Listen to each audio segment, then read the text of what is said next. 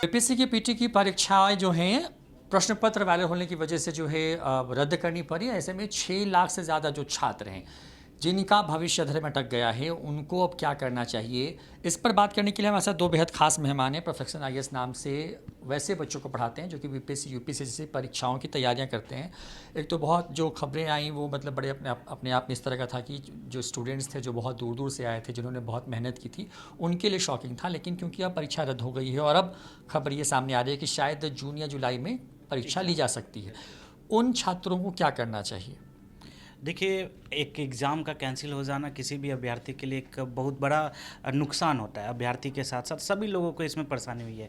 लेकिन सबसे बड़ी बात यह है कि आगे क्या किया जाए, कैसे प्रोसीड किया जाए, क्योंकि जो हो गया उसके ऊपर बहुत ज़्यादा दिमाग लगाने से, बहुत ज़्यादा परेशान होने से कोई फ़ायदा नहीं है। आगे हमें सकारात्मक होना पड़ेगा और सकारात्मक होने के साथ साथ हमें उसके ऊपर वर्क करना पड़ेगा। तो 2-3 स्टेप्स हैं, मैं सभी अभ्यर्थियों को ये बताना चाहूँगा। जैसे खबरें आ रही हैं कि वो जून के लास्ट वीक में या फिर जुलाई के फर्स्ट वीक में इसके एग्ज़ाम होने की संभावना है, प्रबल संभावना है। तो ऐसी स्थिति में अभी अभ्यर्थी लगातार प्रैक्टिस करते रहें। कुछ टाइम वो मेंस के प्रिपरेशन को भी डेडिकेट कर सकते हैं। अपने प्रिपरेशन को 2 पार्ट्स में डिवाइड कर लें, प्रीलिम्स का प्रिपरेशन और मेंस का प्रिपरेशन।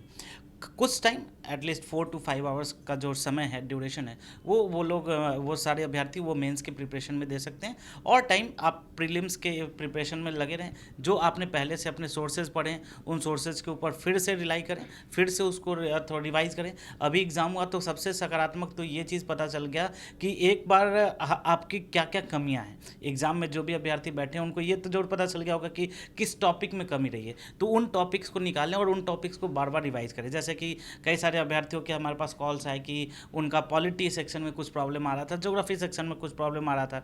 तो जिन सेक्शंस के अंदर प्रॉब्लम आ रहा था उन सेक्शंस के ऊपर रिवाइज करें। और दूसरा, मेंस के ऊपर भी थोड़ा सा टाइम दे सकते हैं। अगर मेंस के ऊपर टाइम देंगे तो निश्चित रूप से आपका जो प्रिपरेशन है, क्योंकि हो सकता है ऐसा भी हो कि प्रीलिम्स का एग्जाम हो उसके बाद मेंस के अंदर बहुत ज़्यादा टाइम ना बचे, ये भी संभावना है। मेंस के लिए आपको 3-4 महीने का ही समय मिले।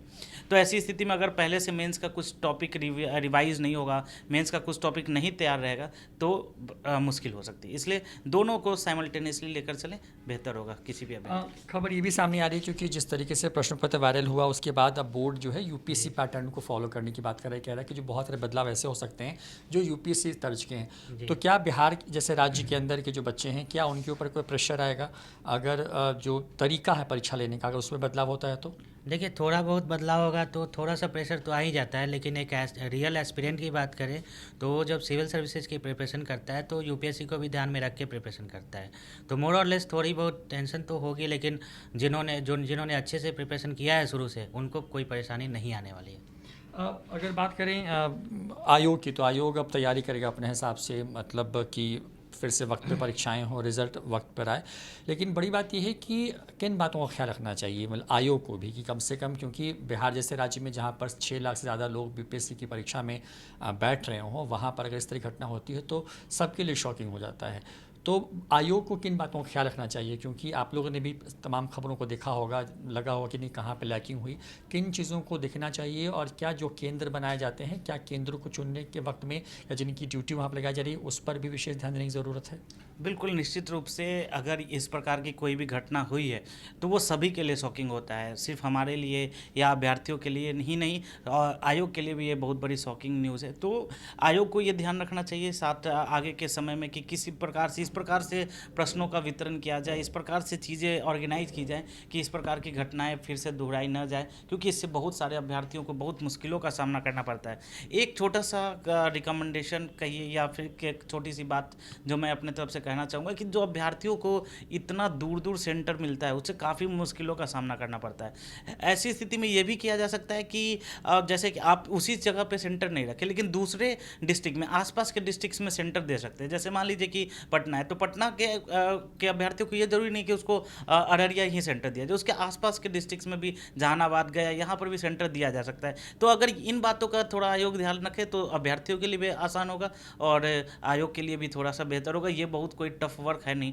क्योंकि क्या होता है आपने भी देखा होगा, पूरा बिहार एक तरीके से कहें कि मोबिलाइज हो जाता है।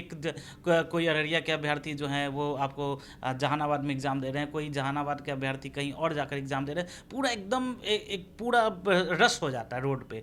और कई बार तो ऐसा भी होता है कि अभ्यर्थियों को कई मुश्किलों का सामना करना पड़ता है। कई जगह पे इंफ्रास्ट्रक्चर उतने बेहतर नहीं होते हैं, जैसे कि कोई इंटीरियर इलाका है वहाँ पर इंफ्रास्ट्रक्चर उतना नहीं होता है कि वहाँ पर अभ्यर्थी पहले जाकर वहाँ पर रुक पाएँ।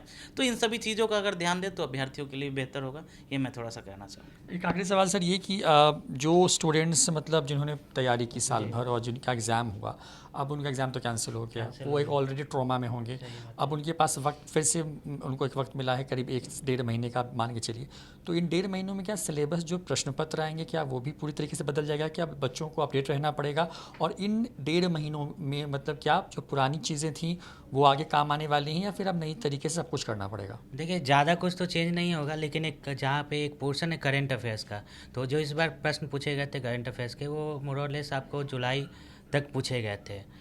हो सकता है कि ये क्वेश्चन पेपर जब बना था उस समय की हो रही हो, लेकिन अब जो क्वेश्चंस आएंगे मोर और लेस ये हम लोगों का मानना है कि अब जो क्वेश्चंस आएंगे वो आपको 2022 के करंट अफेयर्स भी उसमें रहेंगे। तो ज़्यादा कुछ तो चेंज करने की ज़रूरत नहीं है अभ्यर्थियों को, लेकिन करंट अफेयर्स पे थोड़ा सा ध्यान देने की ज़रूरत है, जो कि 1 साल का करंट अफेयर्स और 6 महीने का इधर लगभग 1.5 साल का करंट अफेयर्स अगर देख लें तो बेहतर होगा, क्योंकि इस बार जो क्वेश्चंस थे थोड़े ज़्यादा पुराने थे। क्वेश्चंस कैसे थे इस बार के जो थे, मतलब जो आपको जो फीडबैक आया वो प्रश्न पत्र कैसे थे, जो एग्ज़ाम्स हुए क्या आसान था बच्चों के लिए जिन्होंने तैयारी की थी, या फिर वही टफ था? और मतलब क्योंकि अब जब प्रश्न पत्र लीक होता है तो देखा जाता है कि उसके बाद की परीक्षा थोड़ी और हार्ड हो जाती है, सही बात। तो कैसा था इस बार का और क्या अंदेशा है देखिए आगे? प्रश्न तो मॉडरेट ही था, कुछ क्वेश्चंस जो थे आपको जैसे पॉलिटी और ज्योग्राफी के जो क्वेश्चंस थे वो पुराने तरीके से जैसे बहुत आसान क्वेश्चंस पूछे जाते थे उस तरह के नहीं थे, लेकिन बाकी चीज़ों की बात की जाए जैसे हिस्ट्री की बात की जाए तो क्वेश्चंस उसी लेवल का था जैसे पहले आता था। तो लगभग मोर और लेस बात वही की जाए कि 1-2 सब्जेक्ट हर बार कुछ ना कुछ चेंज होता है, इस बार भी वही हुआ था। आप लोग मतलब आपका संस्थान जो है क्या इन 1.5 महीनों में कुछ अलग कर रहा है उन बच्चों के लिए जो एग्ज़ाम में अपेयर हुए थे और उनका एग्ज़ाम कैंसिल हो गया?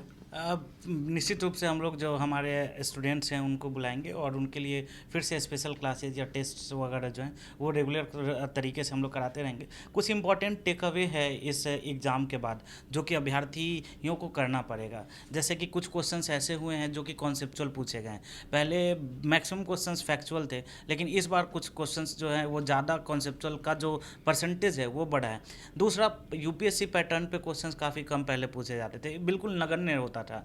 इस बार हमने देखा है कि 10-15 क्वेश्चन जो थे वो बिल्कुल यूपीएससी पैटर्न पे थे कि ओनली 1 करेक्ट होगा, 1 2 3 करेक्ट होगा, इस तरीके का था। तीसरा जो बहुत ही इंपॉर्टेंट का टेक अवे था इस बार के लिए वो ये था कि जैसा सर ने बताया कि पिछले साल के करंट अफेयर्स और इकोनॉमिक सर्वे पूछे गए थे, लेकिन इस बार पूरी संभावना है कि 2021-22 का जो नया अपडेट हुआ है वहाँ पे आपको इकोनॉमिक सर्वे और बजट पूछे जाएंगे। तो स्टूडेंट्स को ये कर लेना चाहिए, और हम जो भी स्टूडेंट्स होंगे उनके लिए हम निश्चित तौर पर जुड़े हुए हैं, लगातार बने हुए हैं, लगातार उनकी सहायता में लगे हुए हैं। हमारी पूरी टीम की तरफ से हम लोग उनको और जितने भी मटेरियल्स हो सकते हैं उनको प्रोवाइड करने का कोशिश करेंगे। तो बिल्कुल ये वो पॉइंट्स हैं जिन बातों का ख्याल रख करके आप जो हैं आने वाले वक्त में जब फिर से पीटी की परीक्षा बीपीएससी की होगी तो आप अपनी तैयारियों को जारी रख सकते हैं। करंट अफेयर का जो मामला है उसमें अब आपको 1.5 साल यानी कि पिछले 1 साल और इस साल के जो 6 महीने हैं इसको लेकर के आपको आगे चलना पड़ेगा, क्योंकि सब कुछ नई तरीके से सेट होगा। संभावना ये है कि यूपीएससी के पैटर्न पर जो है परीक्षा इस बार होने वाली है, तो तैयारी उस हिसाब से रखें। अगर कोई डाउट हो तो अपने जो भी संस्थान जहाँ से आपने पढ़ाई की हो या जिन भी टीचर्स के संपर्क में आप हों उनसे लगातार संवाद बनाए रखें। कैमरा पर्सन आकाश के साथ रोहित कुमार, न्यूज़ 4 नेशन, पटना।